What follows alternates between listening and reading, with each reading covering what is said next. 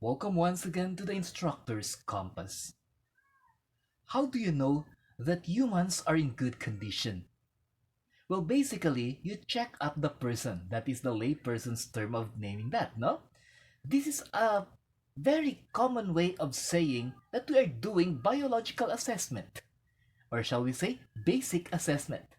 So in this episode of the Instructor's Compass, we will be dealing with a specific kind of biological assessment which is called vital signs assessment. Well, to those who are new to our learning system, this is the Academia Gonzaga or the Acagon online learning system, and this is Sir Noy Gonzaga, your online instructor, bringing to you simple tidbits of knowledge with great importance to enhance our intellect. Now our topic again is vital signs assessment importance. When you assess someone, it does not necessarily mean that you are looking for something that is abnormal. This is a very wrong concept about assessment. Assessment is done both to the well and the sick persons. Why? Because assessment is just a method of an evidence-based presentation of a human body that was considered for medical consideration. Well, most of the time, assessment is being done when we feel something different that is not within the normal conditions of our body. There are many kinds of assessments, but the most elementary among them is vital signs assessment. Vital signs include the following procedures. Number 1, temperature check. Number 2, blood pressure check. Number 3, respiration check. And number 4, pulse check. If you notice, all these 4 procedures covers the most important systems in the body, which are circulation for blood, oxygenation for breathing, and thermoregulation for heat. Any irregularity in the 4 basic vital signs assessment will give the health practitioner a good idea what more assessment tools to use or check-up methods to recommend. Thus, we are trying to say that vital signs is not an endpoint assessment, but rather an assessment that will help you know what more assessment patterns or assessment tools will be used after the preliminary assessment, which is the vital signs assessment. Thus, this is why we consider assessment as a very important aspect in dealing with patients in a well or unwell condition. Assessment actually gives us a baseline idea of what the patient is before the sick condition and also after the condition happened and worsened.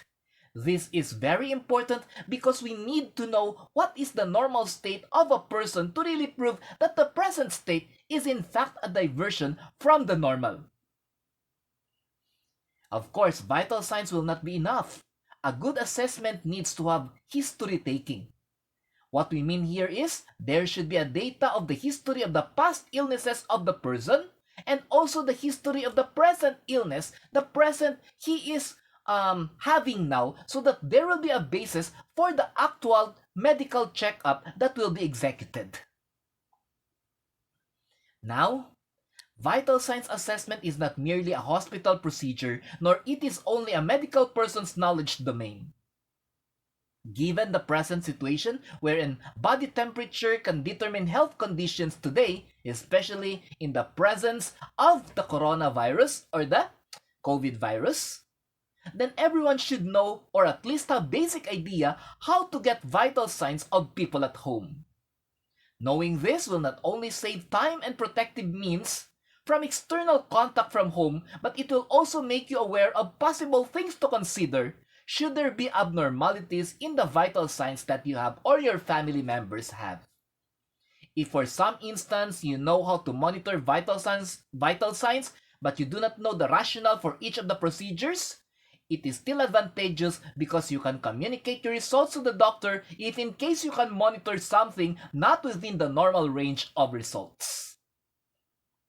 So if you have the chance to learn vital signs assessment, don't have any second thoughts because this skill that you're about to learn can actually save lives or help people maintain a good quality of life. Once again, Remember, thermoregulation, oxygenation, and circulation are the three greatest determiner of the quality of life. And the best way to monitor this is, okay, if these three are still in good normal state, you can only know this firsthand if you have functional knowledge in assessing vital signs. This is your instructor's compass, and once again, this is your nurse friend, Sir Noy Gonzaga, also your online instructor, and this is the instructor's compass for Academia Gonzaga. God bless everyone! And always remember, learn how to take your vital signs so that you will know the systems and directions of your life.